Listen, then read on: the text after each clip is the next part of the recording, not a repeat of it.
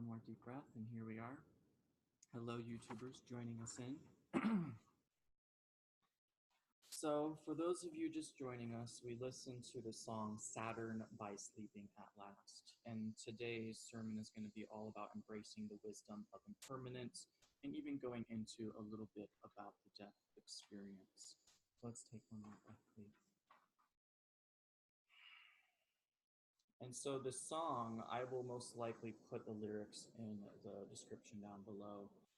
But I'm actually going to start the sermon off by breaking down each line of the song because there's a lot of Zen wisdom in it, most likely inadvertently, but it's there.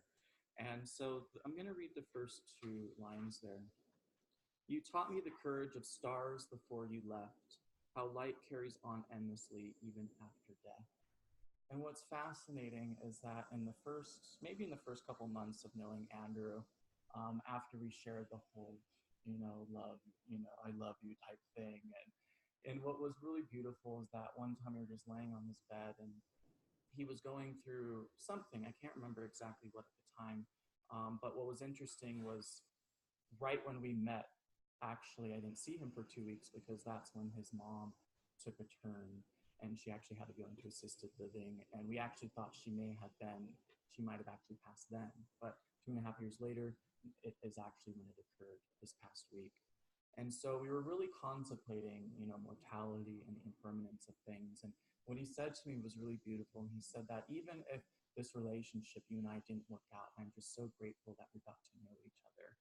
And this love and this experience that we shared together is going to echo throughout the universe for a very long time, because as some of you may know, the stars that we see are actually not there anymore. They're burnt out. But the light that the light that are still coming our way because of the way feed and light and all that fun stuff travels, it's still coming at us, even though it no longer exists. And that's how he viewed our loving experience that we shared with one another, that even though it no longer may exist in this moment, had our relationship not gone in that direction, it was still out there in the universe somewhere. And that was enough for him. And so I love that mindset. And that was just one of those like hot damn moments where I'm like, who are you? That was like the biggest thing that ever turned on my mind, We're definitely sapio in that way, where we really connect through our mental connection. And so you taught me the courage of the stars before you left, how light carries on endlessly even after death. And so I'm not here to teach you about belief systems, about what happens after we die, because at the end of the day, no one fucking knows. It's one of those things that, yes, there's been people that have passed over and then they come back and then they tell you their experience. But a lot of times it's colored with their own belief systems, that the culture that they grew up in. And so it's fascinating that even with that, there's still so much perception that colors it. And I've worked with mediums a lot and who talk to the other side and pass on messages. And I have seen very strong truth to that as well. But at the end of the day, we really don't know. And so it's not that helpful to teach you just a belief system about it. So what I'm going to be teaching you is more of a pragmatic, practical approach on how to understand impermanence and how to embrace it in our lives. And if we embrace it in our lives, it actually allows us to live that much more richly and deeply moment to moment. So Thich Nhat Hanh said this quote, and for those of you who have pens, you're welcome to write this down. Our only true belongings are our actions. Our only true belongings are our actions. And what's interesting is it actually really goes well into this, how light carries on endlessly even after death. Our actions are the things that carry forward even after death, because it is the way in which we've interacted with the world and the people that remember us and the things that we have done that put seeds into place that continue growing even after we pass. And so even though I never really got to meet Andrew's mom, I met Andrew's mom a couple times, but I've never really gotten to know her. What's interesting is that she's actually in me though, because she's an Andrew and Andrew's in this marriage, and we're very we share every aspect of our lives with each other. And what's fascinating is the way that she raised Andrew and all the things, all the love that they shared is in him. And now it is being shared in our marriage and shared with all of you who know Andrew. And so what's fascinating is that the actions that Mary put into place years and decades ago are now existing today, but they've just passed on to other people. And that's what happens. That's why all of us are so interconnected, and how I've often given other sermons on that. Even the things that we do behind the scenes when no one's looking, they're still influencing reality, because the things that we do behind the scenes, they influence us. And then how that influences us, we then take out into the world, even if no one knows about many of the things that we're doing. So this delusion that we're not that important really keeps us from taking that full awareness and responsibility of our actions, and how even when we're kind of just feeling isolated and alone in the world, there is still this beautiful domino effect of every single person that we come into contact with. We are sharing this seed of light, if you will. And that is the thing that continues to carry on. And so I love that awareness that our actions carry forward even after death, just as our only true belongings are our actions. And so we can take that as a very inspiring thing. We can also take that as a very scary thing, because a lot of us may fear, it's like, well, I don't want to F anyone up, with my actions. But that's the whole point of it, is that a lot of times when we're fearing that we might be effing things up, it's probably stemming from a fear. It's probably stemming from some emotional wound that stems from emotional disconnection. We're feeling somehow disconnected in our world, and we may not have that strong community tie. We may not have that strong peace tie. And we've kind of just always gone throughout life, just going with moment to moment to moment, but mostly mindlessly. Who's ever felt that before? We're just going through the monotony of life. And even if you may have had a spiritual practice, we still end up there, don't we? And we just kind of fall into it, and we feel alone. We feel isolated. We feel that no one understands us. And so, well, let me just clear that up. No one can ever understand you. So just accept that fact. But what's interesting is that doesn't stop us from trying to be more present and compassionate and understanding others. And so once I finally just let that idea go, that I'll ever be fully understood as the alien that I am, that people closest to me call me, then it was interesting is that I stopped being self-centered and worrying about my own piece of pie on this life. And then I started being able to show up more consistently for other people. And those are the actions that then have that domino effect in a more effective way, if you're someone that wants to pass on more peace on this planet. Now, if that's not your goal, that's okay. There's no judgment there, but obviously you're here in this room, so there's at least some part of you that's vibrationally saying, yeah, there's something to this peace stuff, and maybe subconsciously, I agree with it, but consciously, it's a tough road, isn't it? And that's okay.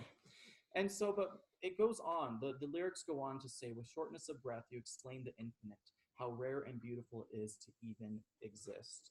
With shortness of breath, you explained the infinite, how rare and beautiful it is to even exist. And then you'll see on the other side of the page I wrote down, enlightened living is simply the reoccurring remembrance of our human condition. Enlightened living is the reoccurring remembrance of our human condition. And what that means is that every time we really get into a mode of extreme suffering or neurosis, or just our box of crazy got out and it's running amok in the streets, we're forgetting our human condition. Meaning that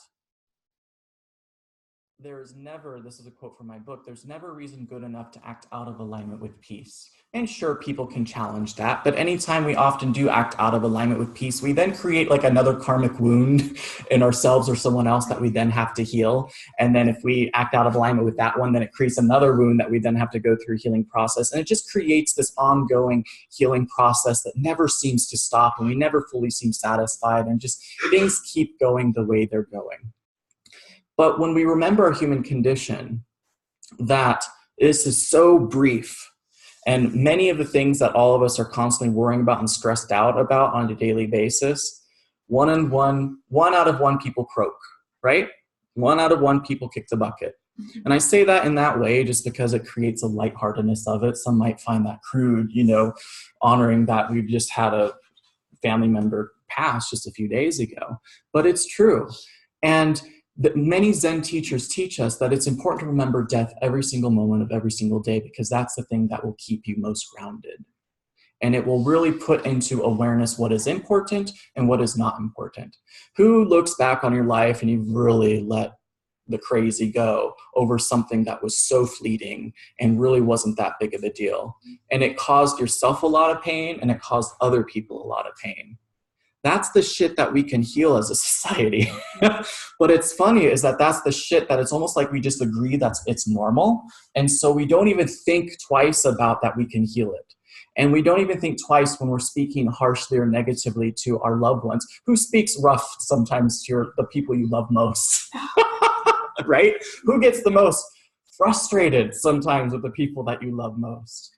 And so that is the shit that we're able to actually turn into fertilizer and use to help us grow our insight and help us grow our liberation, help us grow our peace practices. That leads to our liberation, if you will. And the liberation is kind of getting off that merry-go-round of the crazy that we all get wrapped up into, because we forget impermanence and we get so attached to things. And when those things then go through the cracks and they fade away, what happens? It's almost like some of us lose our identity for a while. Some of us lose our shit, our sense of security, our sense of love, our sense of peace of mind, our sense of ... whatever that is. Another Zen common teaching is that life is like falling through, you jump out of a plane and you're just falling. That's life. But don't worry, there's no ground. And so there's never that splat moment.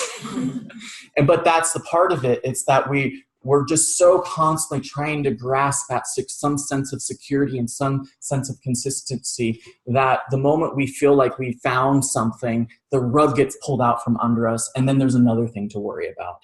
And a lot of this then practice is learning to be comfortable with that and just accepting that that happens, because guess what? When you resist it, you're going to suffer so much more than if you accept it and say, this is a natural part of life and it's okay. You can actually learn to kind of do some fun things while you're falling in the sky and make some formations and take pictures rather than just screaming for your life.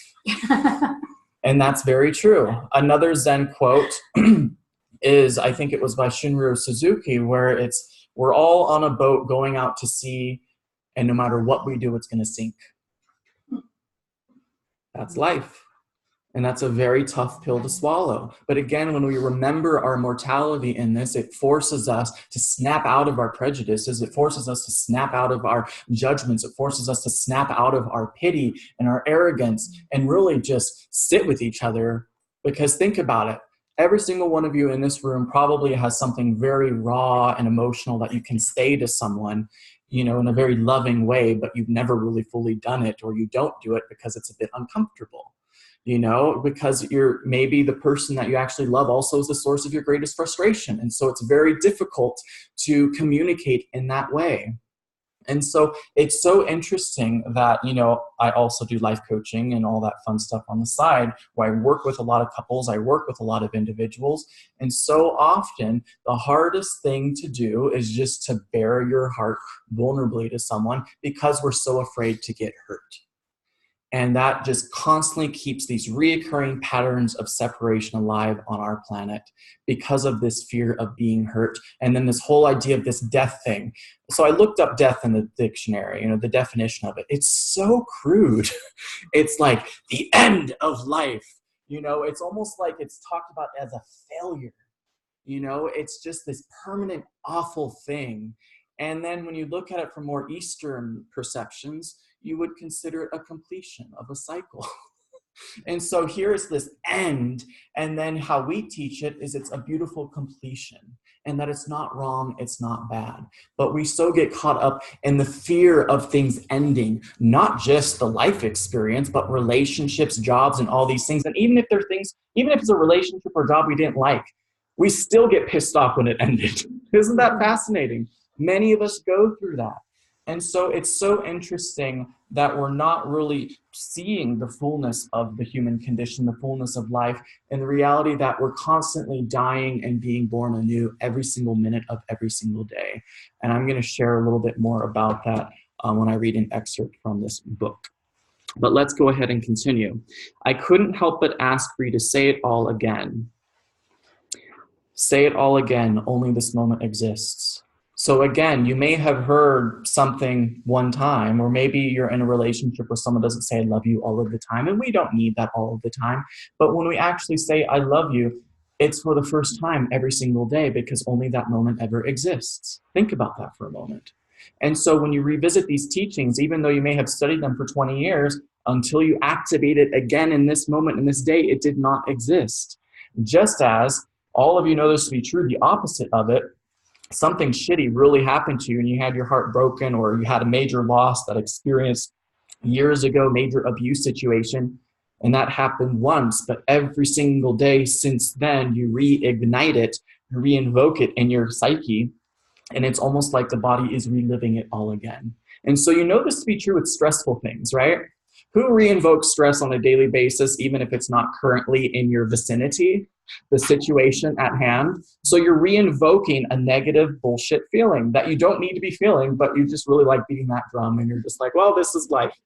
You just think it's normal. And so you do it day in and day out. But then many of you will come here and you'll enjoy these peace teachings. And unless, here's my big disclaimer, unless you live them and reinvoke them every single day for the rest of your life, you're not going to see the same results. Some of you might do it for a couple of weeks. Some of you might do it for a couple of months. Some of you might do it for a couple of years. But that's not the goal. The goal is to reignite it on a daily, reoccurring basis. And that's the whole enlightenment of being able to recognize the reoccurring remembrance of our human condition. Because when you revisit these peace teachings, it reminds you to step out of the ego, step out of the box of crazy, step out of our own neurosis that keeps us trapped in the mud on a daily basis. Because all of you can probably attest that there's been weeks that things have gone good, and maybe you did have a practice that you were feeling great at and things were going well, but then some shit hits the fan, and then you put that all away, and it might be 3 to 6 months to a year until you revisit your own spiritual or your own peace practice. And it's funny that you could definitely see the difference within it, right? We can see the difference when we're practicing, and we can see the difference when we're not practicing. We're always practicing something though, aren't we? So the question is, what are we practicing on a day-to-day basis? And that is really humbling. We're always practicing something. So the question is, what are we actually practicing? And how is it actually directing the flow of our consciousness? How is it directing the flow of our behavior? How is it directing the flow of ... Deep breath, please. I really love this next line. I tried to write it down, but I could never find a pen. Obviously, there was a pen somewhere, so it's a metaphor. And it's talking about the fruitlessness of grasping to hold on to things. Because once again, everything is impermanent. So I try to write down these beautiful words and this beautiful moment, but I could never find a pen, meaning that it is absolutely fruitless to try and hold on to these beautiful moments and these beautiful relationships and these beautiful experiences, because as we try to hold on to them, they're going to just, as soon as we grasp them, they're going to start slipping through our fingers. And I'm sure all of you can relate to that anytime you try to hold on to some feeling. And that's why we're not trying to achieve something here. We're not trying to achieve peace. We're simply reactivating daily through our actions. Because if you get caught up and you're like, well, I'm going to do Alaric's program. I'm going to go through all these 9 tenets. I'm going to really apply myself for a full year. But then once you get maybe that robe, or once you get that little certificate, where you're just like, yeah, I completed it. And then you put it down. Not the same, is it? Because you might fully just let go of living it. Who's gone to college? Right? And so it's not an achievement, because an achievement is an ego trip that says once you achieve it, you can stop doing it. This can even be like maybe you were working out hardcore or training for some event. Like, who's ever trained for a marathon before? You probably trained really, really hard, but then after you did it, your training probably went to the side for a bit after that. Maybe you weren't fully active in it as much. You might have still been working out, but you weren't training in the same degree because you didn't have that main goal you were working on. And so that's a huge ego trap of enlightenment in these inner peace teachings, is that it's not some achievable thing. It's something that you live and breathe in each and every single day. And unfortunately, Or fortunately, that's why we create communities like this so that we can practice together. Because when you have a community, you have a sangha, you have brothers and sisters who are walking alongside you, you have a family that is living this, you can actually create a society where it is second nature to just behave and practice in this way, rather than a lot of this society that we created. Again, it's not bad, it's not wrong, it just creates more pain. A lot of our society that we create is very much big on the whole ego thing of right, wrong, good, bad.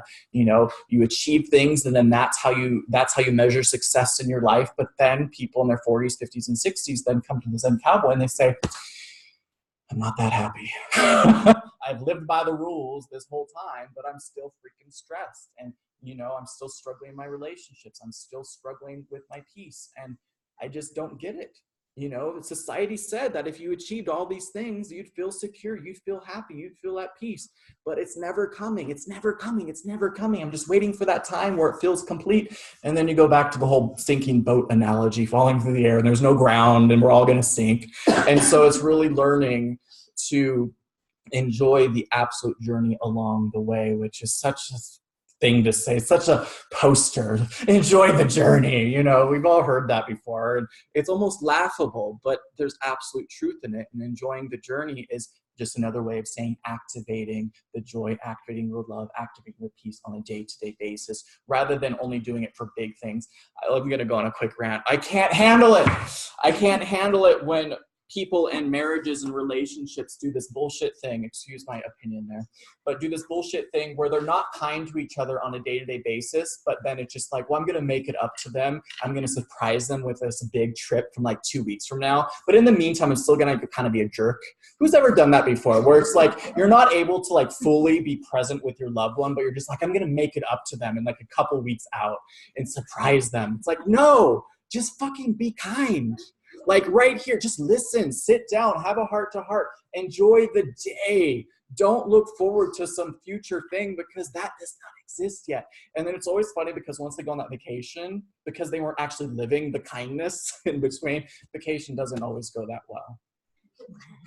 Not saying this is you, but I've seen it happen to a lot of people. And you see it even in movies. Like it's the thing where it's like, you know, these big moments of love, these big gestures of romanticness, romanticism, romance. There we go. These big moments of romance when it's missing in the day-to-day moments. And that's what really I'm trying to teach here, and how death reminds us of that, because every single day is only that single day. You don't know what's coming tomorrow. So then it repeats itself. And so I love the last line as well, because the first line, the third and fourth line at the top says, with shortness of breath, you explain the infinite, how rare and beautiful it is to even exist. And then the very last two lines says, with shortness of breath, I'll explain the infinite, how rare and beautiful it is truly that we exist. So what that's saying is that now that is passed on to the next generation to share. And then after that generation passes on to the non-physical, then it's the next generation to share. And so it's this reoccurring idea and this reoccurring teaching that is passed on from our ancestors all the way down to our current generation and then the generations to come, and that we're all a continuation of each other. We're all a continuation of each other. And so this whole death experience is not actually this terrible thing, because guess what? If we didn't have death, there'd be no continuation. And so there would never be room for the next generation to come in and then live their lives and go through the learning process and build on top of the next layer of foundation. And then there wouldn't be the next layer of foundation and the next layer of foundation. And so that is what progresses our society forward. That's what progresses life forward. You can't have life without the first death experience. So it's the birth. The polarity of death is birth. And it's constantly reoccurring every single minute of every single day, not just in the physical form, but just in the way that we live our lives. Right now, we are born in this room, and when you exit, you're going to die from this room, and you're going to be born outside into a new activity. And then when you're in that activity, you're going to eventually die in that activity and then be born anew in another activity. Because if you look back, you can't go back to that previous activity. It's a dead experience. But we don't view life in that way, because it's almost like every time you think about your past right now, anything in your past, it's almost like it's real when you think about it, but it's not actually real. It's just a continuation, or rather today is just a continuation of what was. But what's fascinating is that we're always living in the future, we're always living the past, and then it completely cancels out the present moment. And so we're never able to fully witness and allow ourselves to die in every single moment, because any single one of you in this moment, I'm sure all of us could think of something that would stress us out right now, right? Maybe a little bit of suffering, emotional wounding, we just poke something hard, we're like, oh, if we allow ourselves to do that, we're not letting that thing over here die. We're trying to invoke it in a present moment where it actually is not appropriate. And so every single one of you who have insomnia, which I know I did in the past, you're trying to invoke these things as you're laying in bed at night, which is not even the appropriate time to even do that, because it doesn't even exist, but we believe it to be true. And then it keeps us from ever fully living a single day of presence in our single life. Little rant there, if that makes sense, go with it, but I'm just going to move forward. So let's take a breath. So now we're going to go into the last segment of the sermon today, and this is some really cool stuff. So I'm going to be reading some excerpts from Soko Morinanga, The Extent of My Own Stupidity. Actually, an ongoing lesson in the extent of my own stupidity. One of my absolute favorite books, Novice to Master. And he's a Japanese Zen master where it details his life as he started out as just a pain in the ass young guy, and then he became this, pretty well-respected Zen master. And he really talks about his own notions and how he really goofed a lot of stuff up. His approach is very humble, and it's very refreshing to read and straightforward. So to begin it, he talks about there was this woman at the temple that he was training at, and Miss Okamoto. And I think about when she was 40 years old, she just moved into this temple and just followed the rest of her life as selfless service. She would do the clothes, do the dishes, prepare meals, plant vegetables, clean the temple, and just do everything for the master, so the master could just focus on teaching and just make his life easier so he could be there for the students. And so she lived this way for 20 years, helping this master until he died when she was 60. And then when she was 60, she moved out of that temple and then moved into a cottage by another temple and started serving another Zen teacher. And again, just once again, cleaning, doing dishes, doing the laundry, just all these things, and just being present. But what's fascinating about her is that she was the hard woman. And none of the monks really cared for her because she was just so rigid. Some of you may know people like this, where they're just so caught up in the right and the wrong and the good and the bad, and this is how you live your life, and it is just very rigid and structured and just not very emotionful, no joy there. And has anyone ever met someone like that, where they're just doing the obligation and there's nothing more to it, and that's how you get into heaven, or that's how you get enlightenment, or whatever it is that you believe in. And so whenever there's a quote in there, whenever the young monks had to go run errands to her cottage, they never looked forward to it. And so that just kind of paints the image of this woman. But anyway, once she's into her 70s, so this is probably 36 or 37 years after she started living this lifestyle of selfless service, she started going to the Zen talks. And he's the master of the temple she's at, and she confided in him. And she said, the past year and a half, I've been experiencing ongoing pain, and I've been trying to whip myself along, but it's not getting any better. And finally I went to the doctor and I realized I have cancer. And she confessed to him that she's afraid. And so that's the point where I'm going to go ahead and start and share a little bit. Let's take a deep breath.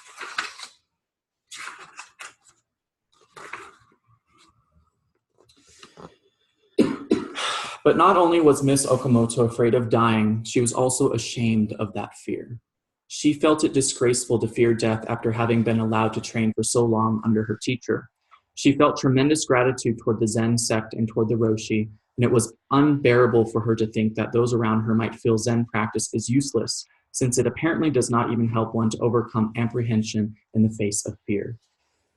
What in the world is the problem with the way I have practiced up until now, that death could be this frightening thing? Please tell me how I have been wrong in my practice, she beseeched, opening up to me as if I was her own son. And although she was 24 years my elder, Her earnest confession prompted me, despite her years, to bluntly call to her attention something in her manner that had already been weighing on my mind. This woman had led a flawless, commendable life, but she had always stoically gritted her teeth in an effort to do good and to avoid doing evil, sharply distinguishing between good and bad, forever sizing up and passing judgment on the situation. She went about her endeavors to do better, but always with her teeth clenched. Let me be very, very clear with this. The kind of effort in which one bisects good and bad and then chooses one over the other with the intent to stack up causes for positive results does not in and of itself produce peace of mind. So think about this for a moment. Let's take a breath. Whenever we get caught up in this whole morality gig of doing right and avoiding wrong and all the good, the bad and stuff, that's why we have the sixth tenet. Duality is illusion. We seek transcendence. We seek to transcend this game of moral judgment. Because I'm sure all of you know people who might, because certain religions are very big on right, wrong, good, bad, sin, all that fun stuff. And they may be very, very compassionate, and they may be very selfless servants on the planet. But you may notice that in that belief system of always sizing up good, wrong, right, good, bad, right, wrong, it doesn't lead to peace of mind. What leads to peace of mind is pure acceptance of each moment and pure acceptance of each individual. And that allows our compassion to further extend beyond ourselves. But when we're caught up in the morality of it, there's always that apprehension of life that we're just not doing enough. And that keeps us from ever enjoying a single moment. And so let me go ahead and continue. As I explained to Miss Okamoto, you come from your mother's womb and you leave in your coffin. That time in between you call life, and perhaps you think of going into your coffin as death. But true existence is birth and death, repeating itself instant by instant. If you look at a flame, it seems to burn continuously and give off constant light. In actuality, the wax is burning down bit by bit, and the wick that blazes in this instant exhausts itself, passing the flame farther along. And that is how our lives work. Constantly exhausting ourselves every single day until we're born anew. And so the rest of that passage, he goes on to say, when you go into the garden, be born in the garden. When you leave the garden, die in the garden. And when you go into the kitchen, be born in the kitchen. When you leave the kitchen, die in the kitchen. When you go into your bed, be born in your bed. And then when you wake up, die in your bed and start your day. And so constantly we'll live with this mindset of one chance, one encounter. Constantly living in each moment and then dying in that moment and then being born anew. And if you view your life in this way, there's no more apprehension. And so you'll see right here, I wrote down for you, one chance, one encounter, which is a state of mind in which one makes absolutely no projections of favorability or adversity, and there is no notion of escape in that moment. And so, in other words, it is wholly melting into each moment. How many of us fully allow ourselves to melt into each moment of every single minute of our lives, no matter how fleeting that minute is? I'd say almost no one alive does that. But when we actually allow ourselves to wholly melt into it, then it releases all resistance we have of doing things that we don't like doing, of having to go through life. Guess what? You're going to have to do things you don't like the whole freaking life. I'm sure all of you told your kids this. For those of you who have kids, there's just shit you're going to have to deal with. But rather than we could say there's just shit you're going to have to accept. But nonetheless, as adults, we still suffer with that and we still resist a lot of the things that we don't prefer. But if you remove that adversity and you remove that favorability, you can really melt into each moment rather than sizing it up in your mind. And then this will lead it to one more teaching. I have seen many people practice, but I do not know of anyone who splendidly, so thoroughly put my instruction into practice as Miss Okamoto. She complied as docilely as a lamb. It wasn't even 10 days before her rigid countenance had softened into a baby face, into the face of a sweet old lady. She had left behind the lifestyle in which she had to grit her teeth and try to live right. Miss Okamoto's disease grew progressively worse, and she finally had to be hospitalized. I remember that when I called on her, the doctors and nurses all remarked that though they had worked in the hospital for many years, they had never encountered a patient like this one. By the time she entered the hospital, she was greeting everybody and everything, every scene in the spirit of one chance, one encounter. And so she became this just epitome of joy. in the hospital, even upon her impending doom. And that's the idea that we shifted. It wasn't this idea of impending death or doom anymore. It was, this is my moment, one chance, one encounter to share my heart with the world. And that is how we can all choose to live our lives when we get out of the neurosis and the psychosis of our mind that we get trapped by day in and day out, which is AKA called freaking stress. So one more section, then we'll be done. Unfortunately, I had agreed to journey to England and the United States again at a particular time, and I left feeling uneasy. I instructed my disciples to care for her during my absence, but she passed away without waiting for my return. When I came back, I heard from my oldest disciple, the monk who had last attended her, about the final moments before her death. And although this man was although this was a man who seldom allowed any expression to cross his face, tears streamed down from his eyes as he told the story. Before Miss Okamoto died, she said to him, quote, "Looking back, I have led a pretty stuffy life all these years. So I think I'll just take a ball and go out and play in the woods now." And those were her last words. Deep breath. We, of course, placed a pretty ball made of colored threads inside her grave. And I hope that you will not merely take her final words for their emotional or literary appeal. When I heard what she had said at the last, I felt joy from the bottom of my heart. Joy because I was confident that in her living and in her dying, she had literally reached a state that we call the Samadhi of play. If a person is working for wages, shoveling sand onto the bed of a truck with a shovel, they may get tired. Should someone happen along and offer help, they would most likely be glad to hand over their shovel.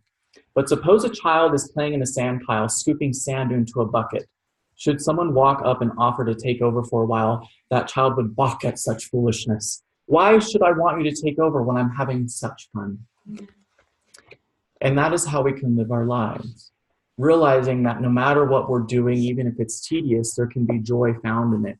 And Zen masters really, really try and teach this, especially in their chores that they give their students to release their resistance to having to sweep leaves. There are some temples that they plant trees that shed leaves all year long, so there's more leaves to be swept, because it's an excellent exercise of releasing resistance and understanding the impermanence of life.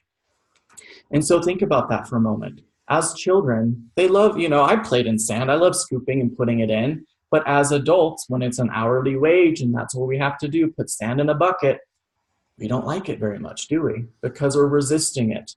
And so one last thing to read here. Teaching Samadhi of play, which Sokamor Nanga goes on to say, it's a state of mind in which one performs an activity without appraising its relative value. Without appraising its relative value. And a huge issue many of us face with our work is that many of us believe that certain jobs or certain chores are beneath us, and we get caught up in our ego, and then we devalue it, rather than recognizing that absolutely every activity can be a gateway for enlightenment, can be a gateway for peace, can be a gateway for samadhi of play. Because as children, we often do the very same things, the tedious things at least, and we can find enjoyment of it. And you're going to notice that as you walk throughout the rest of your life, you're going to meet these living Buddhas, so to speak, people that you meet that are just so full of joy. And if you pay close attention to where that joy comes from, it comes from an unbridled acceptance, an unconditional acceptance of the way that things are. And they recognize the human condition, maybe just subconsciously. They might not be able to put it into words, but you'll notice that they recognize the human condition and they don't take 1 second for granted. And that is our biggest obstacle that we can all work on as we move forward in our lives. And that's why the angel of death is such a beautiful, beautiful angel, if not the most beautiful, because it reminds us every time there is a death in our life or around us, it reminds us not to take for granted these little moments that we have, because it is only these little moments of our life that make our life, not those big grand moments such as a wedding or such as a birth or such as a funeral. It is the everyday little things, the little grains of sand that make up the entirety of the beach, the little droplets in the ocean that make up the entirety of the ocean. And so please, please, please, as we move forward together as a community, let us not mistake the forest for the tree, or the ocean for the droplet, or the beach for the grain of sand, because it is these little things and these little moments that we have that allow us to actually live our life in peace. Deep breath. I think that's a wonderful place to conclude. One more breath. So for those of you watching at home, I want to thank you all joining in. If you made it this far, thank you for taking the time to listen or watch this video or podcast. And so as always, I have links down below for those of you who would be so kind to donate to our community. That really, really helps us tremendously. And even you could become a patron and even just put up like a $5 donation if you enjoy, and that's a great way to show your support. And if not, I hope at least you got some wonderful insights from today's sermon. See you next week.